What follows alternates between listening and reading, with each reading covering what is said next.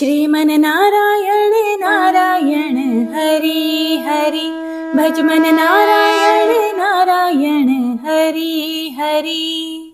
आप सभी भक्तों को आषाढ़ पूर्णिमा की हार्दिक शुभकामनाएं। आज मैं गुरु पूर्णिमा के शुभ अवसर पर श्री सत्यनारायण भगवान की कथा सुनाने जा रही हूँ। जो भी भक्त सच्चे मन से श्री सत्यनारायण भगवान की पूजा करते हैं, यह कथा पढ़ते या सुनते हैं, तो सत्यनारायण भगवान की कृपा उन पर और उनके पूरे परिवार पर सदैव बनी रहती है। इस घोर कलयुग में कष्टों के अथाह सागर से पार उतारने वाली कथा है सत्यनारायण भगवान की कथा। इसको सुनने मात्र से जीवन के समस्त कष्ट दूर हो जाते हैं। आपको पापों से मुक्ति मिल जाती है। घर में धन धान्य की कोई कमी नहीं होती। यह ऐसी पावन पवित्र कथा है जिसको हर मनुष्य को सुनना ही चाहिए। तो हे प्रिय भक्तों, आपसे अनुरोध है कि इस कथा को पूरे भक्ति भाव से सुने और मन लगा कर सुने। तो आइए भगवान श्री गणेश जी का जयकारा लगाते हुए इस कथा का शुभारंभ करते हैं। प्रेम से बोलिए गौरी पुत्र गणेश भगवान की जय। श्री सत्यनारायण व्रत कथा का पहला अध्याय।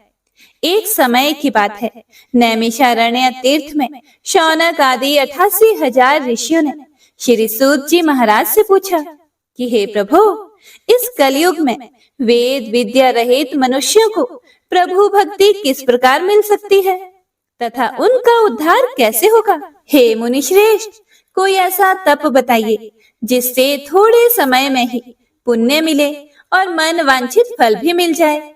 इस प्रकार की कथा सुनने की हम लोगों की बड़ी इच्छा है। सभी शास्त्रों के ज्ञाता श्री सूत जी महाराज बोले, हे वैष्णवों में पूज्य, आप सभी ने प्राणियों के हित की बात पूछी है, इसीलिए मैं एक ऐसे श्रेष्ठ और व्रत के बारे में आप लोगों को जरूर बताऊंगा, जिसके बारे में नारद जी ने लक्ष्मी नारायण जी से पूछा था और लक्ष्मीपति श्री हरि ने नारद जी से कहा था। अब आप भी इसे ध्यान पूर्वक सुनिए। एक समय की बात है, नारद जी दूसरों के हित की इच्छा के लिए अनेकों लोकों में घूमते हुए मृत्यु लोक में जा पहुंचे। यहाँ उन्होंने अनेक योनियों में जन्मे सभी मनुष्यों को अपने कर्मों के अनुसार पीड़ा झेलते हुए देखा। उनका दुख देखकर नारद जी सोचने लगे कि ऐसा क्या किया जाए जिससे निश्चित रूप से मानव के दुखों का अंत हो जाए। इसी विचार पर मनन करते हुए वह विष्णु लोक में गए और वहां पर नारायण जी की स्तुति करने लगे और बोले, हे भगवान, आप अत्यंत शक्ति से संपन्न हैं, निर्गुण स्वरूप, सृष्टि के कारण भक्तों के दुख को दूर करने वाले हैं।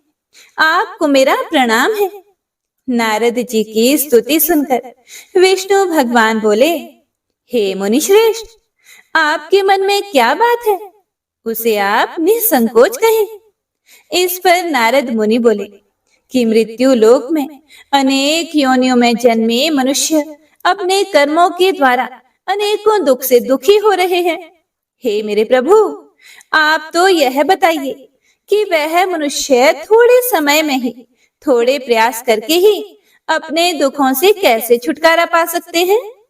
तब भगवान श्री हरि विष्णु बोले, हे देव ऋषि नारद, मनुष्यों की भलाई के लिए आपने बहुत ही उत्तम प्रश्न पूछा है। स्वर्ग लोक और मृत्यु लोक दोनों में ही एक दुर्लभ उत्तम व्रत है जो पुण्य देने वाला है। आज मैं प्रेम वश होकर तुमसे कहता हूँ, श्री सत्यनारायण भगवान का व्रत अच्छी तरह विधान पूर्वक करके मनुष्य तुरंत ही यहाँ सुख भोग कर मरने पर मोक्ष पाता है।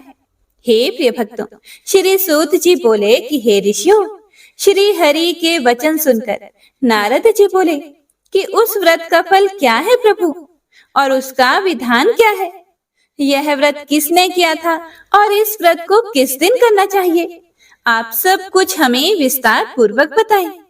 हे प्रिय भक्तों, नारद जी की बात सुनकर फिर श्री हरि विष्णु बोले कि हे नारद, दुख व शोक को दूर करने वाला, यह सभी स्थानों पर विजय दिलाने वाला है। मानव को भक्ति व श्रद्धा के साथ शाम को श्री सत्यनारायण भगवान की पूजा धर्म परायण होकर ब्राह्मणों व बंधुओं के साथ करने के साथ ही यथाशक्ति अनुसार भक्ति भाव से भगवान का भोग लगाना चाहिए। आरती करनी है और ब्राह्मणों सहित बंधु बांधवों को भी भोजन कराना है। उसके बाद स्वयं भोजन करना है, कीर्तन करना है और भजन के साथ भगवान की भक्ति में लीन हो जाना है। इस तरह से सत्यनारायण भगवान का यह व्रत करने पर मनुष्य की सारी इच्छाएं निश्चित रूप से ही पूरी होती हैं। इस कली काल अर्थात कि कलयुग में मृत्यु लोक में मोक्ष का यही एक सरल उपाय बताया गया है। हे प्रिय भक्तों, सत्यनारायण व्रत कथा का प्रथम अध्याय संपूर्ण। श्रीमन नारायण नारायण हरि हरि, भजमन नारायण नारायण हरि हरि। श्री कृष्ण गोविंद हरे मुरारी, हे नाथ नारायण वासुदेवा। तो प्रेम से बोलिए श्री सत्यनारायण भगवान की जय। हे प्रिय भक्तों, तो आइए अब सुनते हैं श्री सत्यनारायण भगवान की व्रत कथा का दूसरा अध्याय। श्री सूत जी महाराज बोले, हे ऋषियों, जिसने पहले समय में इस व्रत को किया था उसका इतिहास कहता हूँ, ध्यान से सुनो। सुंदर काशीपुरी नगरी में एक अत्यंत निर्धन ब्राह्मण रहता था। भूख प्यास से परेशान वह धरती पर घूमता रहता था। ब्राह्मणों से प्रेम करने वाले भगवान श्री हरि विष्णु ने एक दिन ब्राह्मण का वेश धारण करके उसके पास जाकर पूछा कि हे विप्र, नित्य दुखी होकर तुम धरती पर क्यों घूमते हो? फिर दीन ब्राह्मण बोला, मैं निर्धन ब्राह्मण हूँ, भिक्षा के लिए धरती पर घूमता हूँ। यदि आप इसका कोई उपाय जानते हो तो बताइए। वृद्ध ब्राह्मण रूपी भगवान ने कहा कि सत्यनारायण भगवान मनोवांछित फल देने वाले हैं। इसे करने से मनुष्य सभी दुखों से मुक्त हो जाता है। वृद्ध ब्राह्मण बनकर आए हुए सत्यनारायण भगवान उस निर्धन ब्राह्मण को व्रत का सारा विधान बताकर अंतर ध्यान हो गए। अगले दिन सुबह उठने के साथ ही उस बूढ़े ब्राह्मण ने मन ही मन में संकल्प लिया कि सत्यनारायण का व्रत करूंगा, और फिर अपने नित्य कर्मों से फ्री होकर वह भिक्षा के लिए चल पड़ा। उस दिन उसे भिक्षा में बहुत सा धन प्राप्त हुआ। उसी धन से उसने परिवार के साथ मिलकर भगवान श्री सत्यनारायण की पूजा की और व्रत रखा। इस व्रत के करने से कुछ दिन बाद उसके सभी दुखों और कष्टों का निवारण हो गया और देखते ही देखते वह एक संपन्न और अनेकों संपत्तियों का मालिक बन गया। हे प्रिय भक्तों, अब हर महीने की पूर्णिमा के दिन वे ब्राह्मण श्री सत्यनारायण भगवान की पूजा और व्रत करने लगा। इस प्रकार सत्यनारायण भगवान के इस व्रत को करके वह श्रेष्ठ ब्राह्मण सभी पापों और गरीबी से मुक्त हो गया और उसने एक दुर्लभ मोक्ष पद को प्राप्त किया। इस तरह से सत्यनारायण भगवान के व्रत को जो भी मनुष्य करेगा वह सभी प्रकार के पापों से छूटकर मोक्ष को प्राप्त होगा, और जो मनुष्य इस व्रत को करेगा वह भी सभी दुखों से मुक्त हो जाएगा। श्री सूत जी महाराज ऋषियों से बोले कि हे मुनियों, इस तरह से देव ऋषि नारद जी से नारायण जी का कहा हुआ श्री सत्यनारायण व्रत को मैंने तुमसे कहा। हे मुनियों, मैं अब और क्या कहूँ? इतनी कथा सुनने के बाद 88,000 ऋषि मुनि श्री सूत जी महाराज से बोले, हे मुनिवर, संसार में उस विप्र से सुनकर और किस किस ने इस व्रत को किया, हम सब इस बात को भी सुनना चाहते हैं। इसके लिए हमारे मन में श्रद्धा का बहुत भाव है। सूत जी बोले कि हे मुनियों, जिस जिस ने इस व्रत को किया है वह सब सुनो। एक समय की बात है, वही विप्र धन और ऐश्वर्य के अनुसार अपने बंधु बांधवों के साथ इस व्रत को करने के लिए तैयार हुआ। उसी समय एक लकड़ी बेचने वाला बूढ़ा आदमी आया और लकड़ियां बाहर रखकर अंदर ब्राह्मण के घर में गया। प्यास से दुखी वह लकड़हारा उनको व्रत करते देखकर विप्र को नमस्कार करके पूछने लगा कि आप यह क्या कर रहे हैं तथा इसे करने से आपको क्या फल मिलेगा? कृपया करके मुझे भी बताइए। लकड़हारे की बात को सुनकर ब्राह्मण ने कहा कि सभी मनोकामनाओं को पूरा करने वाला यह श्री सत्यनारायण भगवान का व्रत है। इनकी कृपा से ही मेरे घर में धन धान्य आदि की वृद्धि हुई है। विप्र से सत्यनारायण व्रत के बारे में जानकर लकड़हारा बड़ा खुश हुआ। चरणामृत लेकर और प्रसाद खाने के बाद वह अपने घर चला गया। लकड़हारे ने अपने मन में संकल्प किया कि आज लकड़ी बेचने से जो भी मुझे धन मिलेगा उसी से मैं श्री सत्यनारायण भगवान का उत्तम व्रत करूंगा। मन में इस विचार को लेकर बूढ़ा आदमी सिर पर लकड़ियां रखकर उस नगर में बेचने चला गया, जहां उसे अपनी लकड़ियों के दाम पहले से 4 गुना अधिक मिले। बूढ़ा व्यक्ति प्रसन्नता के साथ पैसे लेकर सत्यनारायण भगवान की मूर्ति और व्रत की अन्य सामग्रियां लेकर अपने घर को आया। वहां उसने अपने परिवार जनों को बुलाकर विधि विधान से श्री सत्यनारायण भगवान का पूजन और व्रत किया।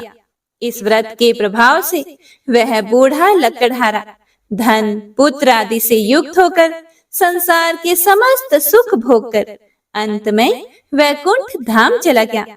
हे प्रिय भक्तों, श्री सत्यनारायण व्रत कथा का दूसरा अध्याय संपूर्ण। श्रीमन नारायण नारायण हरि हरि, भज मन नारायण नारायण हरि हरि। श्री कृष्ण गोविंद हरे मुरारी, हे नाथ नारायण वासुदेवा।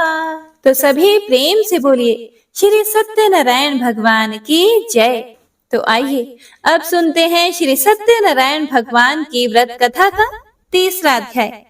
श्री सूत जी महाराज बोले, हे श्रेष्ठ मुनियों, अब आगे की कथा कहता हूँ, ध्यान से सुनो। पहले समय में उल्का मुख नाम का एक बुद्धिमान राजा था। वह सत्यवक्ता और जितेंद्रिय था। प्रतिदिन वह देव स्थानों पर जाता था और निर्धन व्यक्तियों को धन देकर उनके कष्ट दूर करता था। उसकी पत्नी कमल के समान मुख वाली तथा सती साध्वी थी। भद्रशिला नदी के तट पर उन दोनों ने श्री सत्यनारायण भगवान का व्रत किया। उसी समय साधु नाम का एक वैश्य आया। उसके पास व्यापार करने के लिए बहुत सा धन भी था। राजा को व्रत करते देखकर वह विनय के साथ पूछने लगा कि हे राजन, भक्ति भाव से पूर्ण होकर आप यह क्या कर रहे हैं? मैं सुनने की इच्छा रखता हूँ, कृपा करके मुझे भी बताइए। राजा बोला, मैं अपने बंधु बांधवों के साथ पुत्र आदि की प्राप्ति के लिए श्री सत्यनारायण भगवान का व्रत और पूजन कर रहा हूँ। राजा के वचन सुनकर साधु आदर से बोला, हे राजन, मुझे इस व्रत का सारा विधान कहिए। मैं भी इस व्रत को करूंगा। मेरी भी संतान नहीं है और इस व्रत को करने से निश्चित रूप से मुझे संतान की प्राप्ति होगी। राजा से व्रत का सारा विधान सुनकर व्यापार से निवृत्त होकर वह अपने घर को गया और घर पहुंचकर साधु ने वह सारी बात अपनी पत्नी को बता दी। पत्नी को संतान देने वाले इस व्रत का वर्णन कह सुनाया और कहा कि जब मेरी संतान होगी तब मैं भी इस व्रत को करूंगा। साधु ने इस तरह के वचन अपनी पत्नी लीलावती से कहे। एक दिन लीलावती पति के साथ आनंदित होकर सांसारिक धर्म में प्रवृत्त होकर सत्यनारायण भगवान की कृपा से गर्भवती हो गई। 10वें महीने उसके गर्भ से एक सुंदर कन्या ने जन्म लिया। माता पिता ने अपनी कन्या का नाम कलावती रखा। एक दिन कलावती की माँ लीलावती ने अपने पति को याद दिलाया कि आपने श्री सत्यनारायण भगवान के जिस व्रत को करने का संकल्प किया था उसे करने का समय आ गया है। अब इस व्रत को कीजिए। फिर साधु बोला कि हे प्रिय, इस व्रत को मैं उसके विवाह पर करूंगा। इस प्रकार अपनी पत्नी को आश्वासन देकर वह नगर को चला गया। इधर कन्या कलावती पिता के घर में जल्दी जल्दी बढ़ने लगी। उसके बाद धर्मज्ञ साधु ने नगर में सखियों के साथ क्रीड़ा करती हुई अपनी कन्या को विवाह योग्य देखकर आपस में मंत्रणा करके अपने दूत से बोले, कन्या विवाह के लिए श्रेष्ठ वर की खोज करो। दूत से ऐसा कहकर शीघ्र ही उसे भेज दिया। उसकी आज्ञा पाकर वह दूत कांचन नामक नगर में गया। वहां से एक वणिक का पुत्र लेकर आया। उस साधु ने उस वणिक के पुत्र को सुंदर और गुणों से संपन्न देखकर अपनी जाति के लोगों तथा बंधु बांधवों के साथ संतुष्ट चित होकर विधि विधान से वणिक पुत्र के हाथ में कन्या का दान कर दिया। लेकिन हे प्रिय भक्तों, दुर्भाग्य की बात यह है कि साधु ने अभी भी श्री सत्यनारायण भगवान का व्रत नहीं किया। इस पर तो श्री भगवान क्रोधित हो गए और श्राप दे दिया। अपने कार्य में कुशल साधु बनिया अपने दामाद को लेकर समुद्र के पास स्थित होकर रतनसारपुर नामक नगर में गया। वहां जाकर दामाद और ससुर दोनों मिलकर चंद्रकेतु राजा के नगर में व्यापार करने लगे।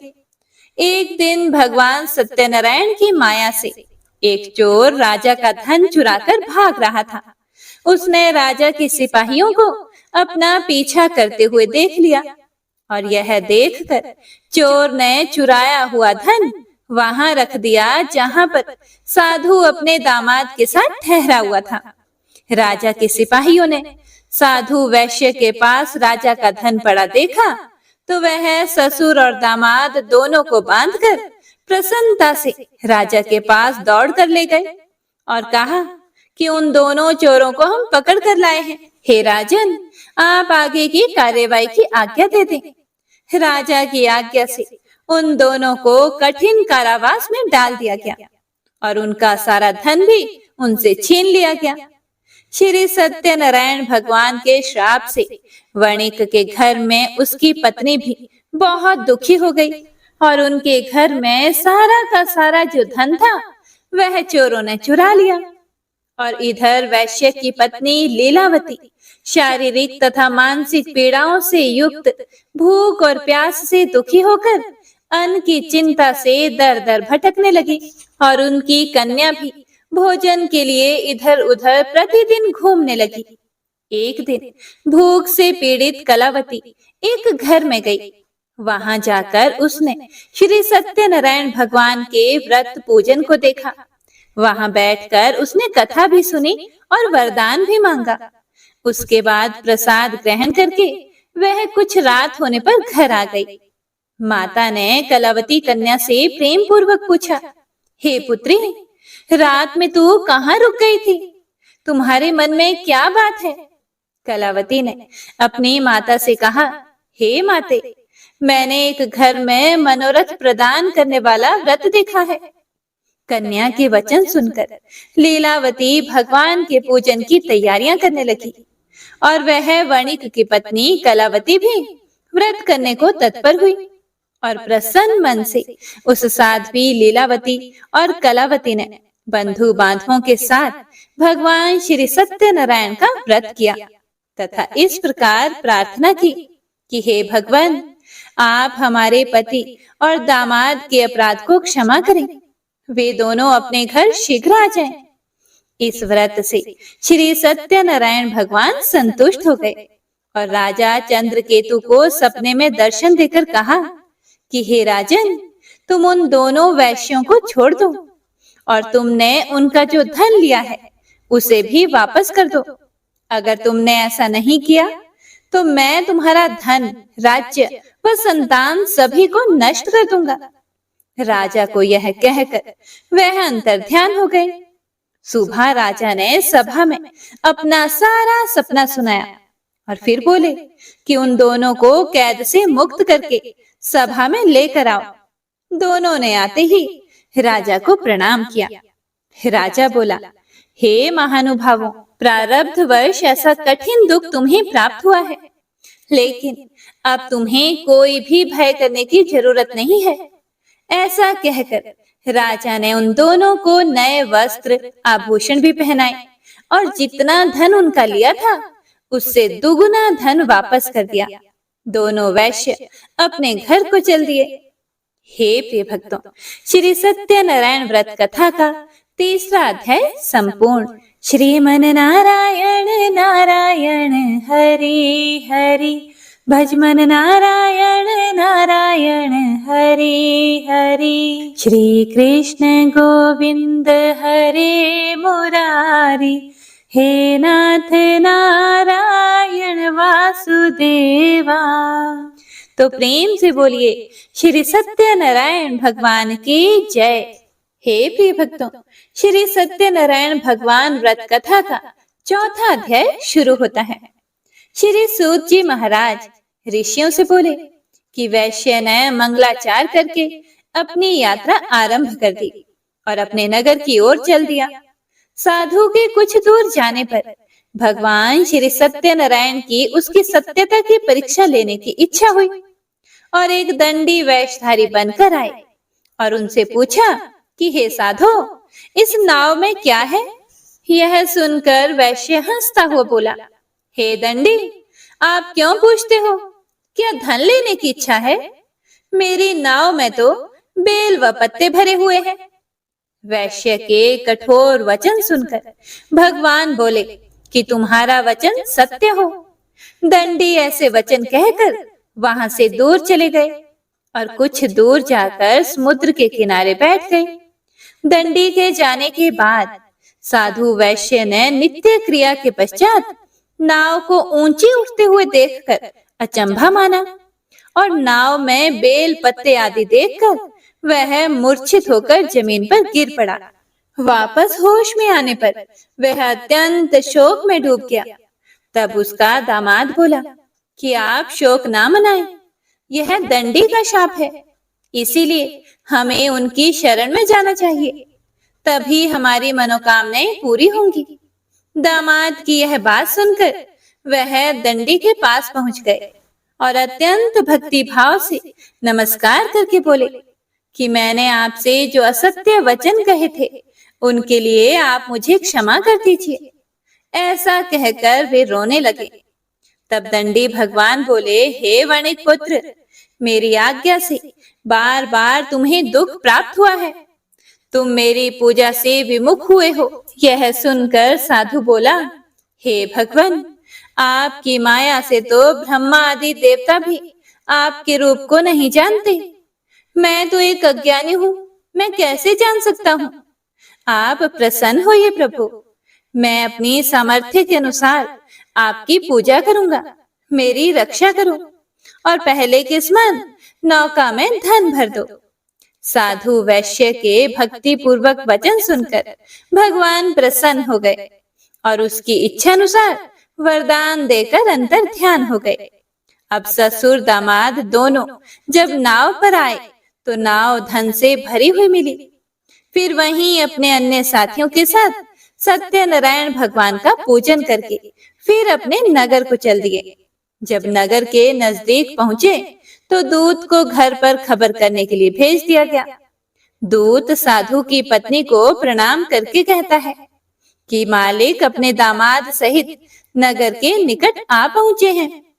दूत की बात सुनकर साधु की पत्नी लीलावती बड़े हर्ष के साथ सत्यनारायण भगवान का पूजन करके अपनी पुत्री कलावती से कहने लगी कि हे पुत्री, मैं अपने पति के दर्शन को जाती हूँ, तुम कार्य पूर्ण करके शीघ्र ही आ जाना।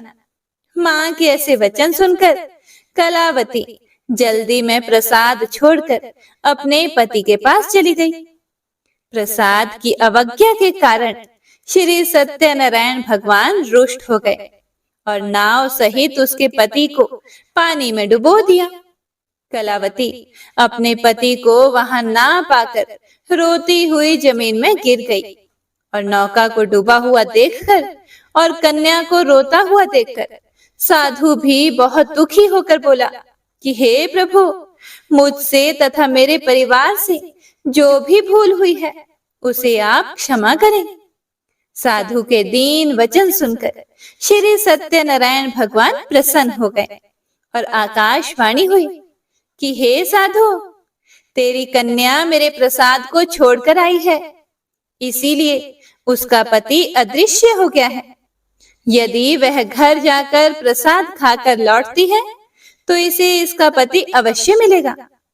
ऐसी आकाशवाणी सुनकर कलावती ने वैसा ही किया जैसा आकाशवाणी के दौरान भगवान ने कहा, और फिर प्रसाद ग्रहण करने के बाद जब वह वापस आई तो अपने पति के दर्शन करके बहुत ही प्रसन्न हुई।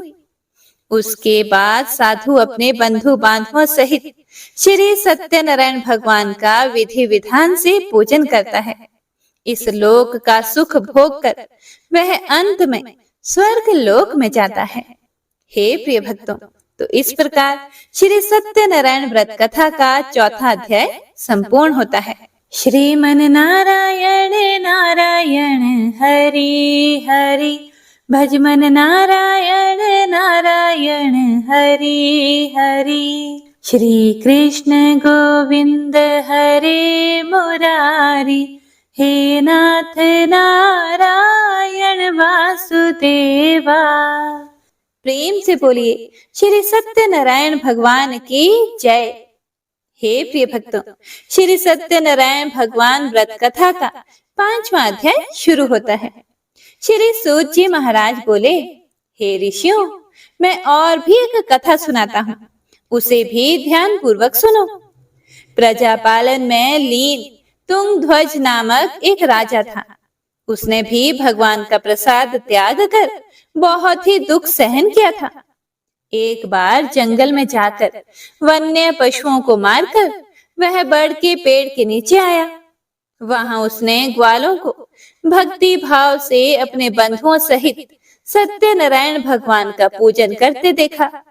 अभिमानवश राजा उन्हें देखकर भी पूजा स्थान में नहीं गया और ना ही उसने भगवान को प्रणाम किया।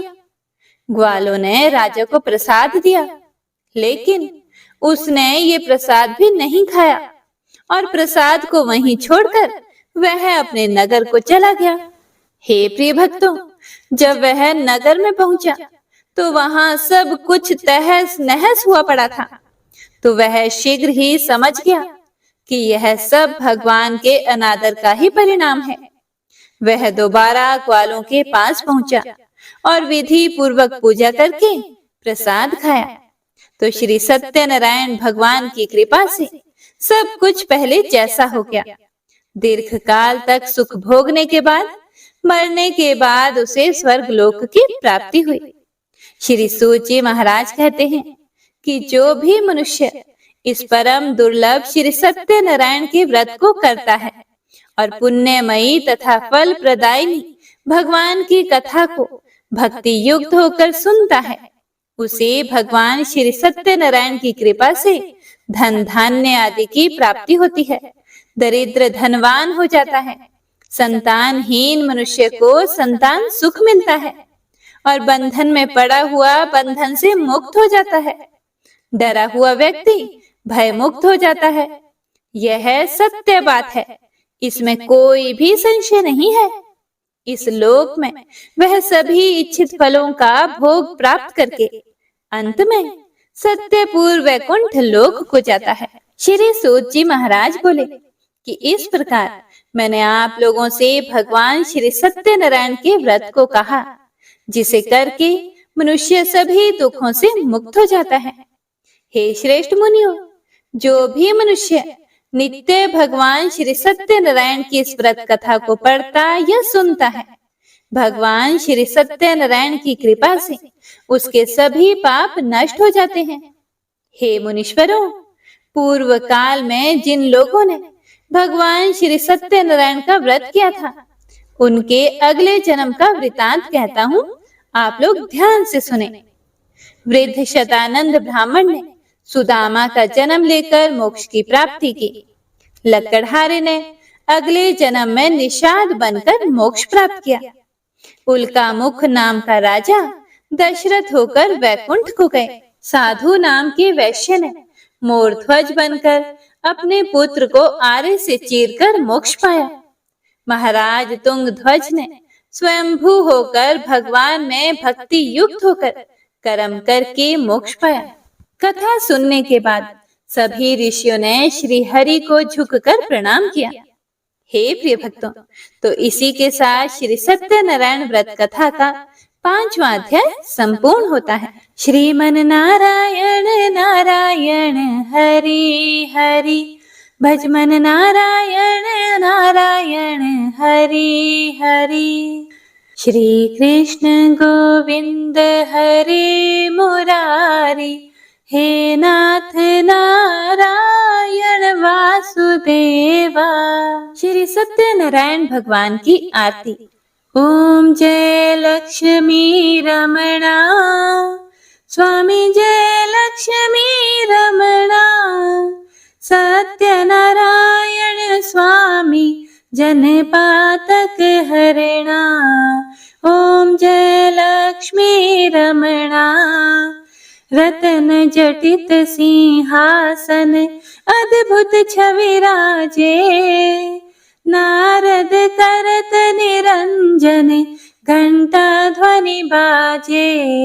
ओम जय लक्ष्मी रमणा, प्रकट भये कलि कारण द्विज को दरस दियो, बूढ़े ब्राह्मण बन कर कंचन महल कियो।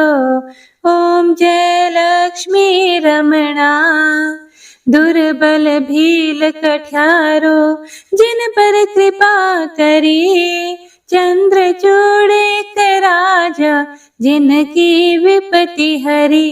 ओम जय लक्ष्मी रमणा, वैश्य मनोरथ पायो श्रद्धा तज दिन ही, सो फल भोग्य प्रभु जी फिर स्तुति की नहीं। ओम जय लक्ष्मी रमणा, भाव भक्ति के कारण छिन छिन रूप धर्यो, श्रद्धा धारण कीनी तिनको काज सरयो। ओम जय लक्ष्मी रमणा, ग्वाल बाल संग राजा वन में भक्ति करी, मन वांछित फल दीन हो दीन दयालु हरि। ओम जय लक्ष्मी रमणा, चढ़त प्रसाद सवायो कदली फल मेवा, धूप दीप तुलसी से राजी सत्य देवा। ओम जय लक्ष्मी रमणा, सत्यनारायण जी की आरती जो कोई जन गावे, कहत शिवानंद स्वामी, कहत हरि हर हर स्वामी, सुख संपत्ति पावे। ओम जय लक्ष्मी रमणा। तो प्रेम से बोलिए श्री सत्यनारायण भगवान की जय। हे प्रिय भक्तों, तो यह थी श्री सत्यनारायण भगवान की संपूर्ण व्रत कथा और आरती। उम्मीद है आप सभी भक्तों ने पूरे भक्ति भाव और प्रसन्नचित मन से कथा को पूरा सुना होगा। कथा पसंद आए तो लाइक करके कमेंट बॉक्स में श्री सत्यनारायण भगवान की जय अवश्य लिखिएगा और साथ ही कथा को ज्यादा से ज्यादा शेयर भी कीजिएगा, ताकि सभी भक्तजन कथा को सुनकर पुण्य फल और भगवान का आशीर्वाद प्राप्त कर सकें। श्री सत्यनारायण भगवान आप सभी भक्तों की मनोकामना को पूर्ण करें। तो एक बार सभी भक्तजन प्रेम से बोलिए श्री सत्यनारायण भगवान की जय।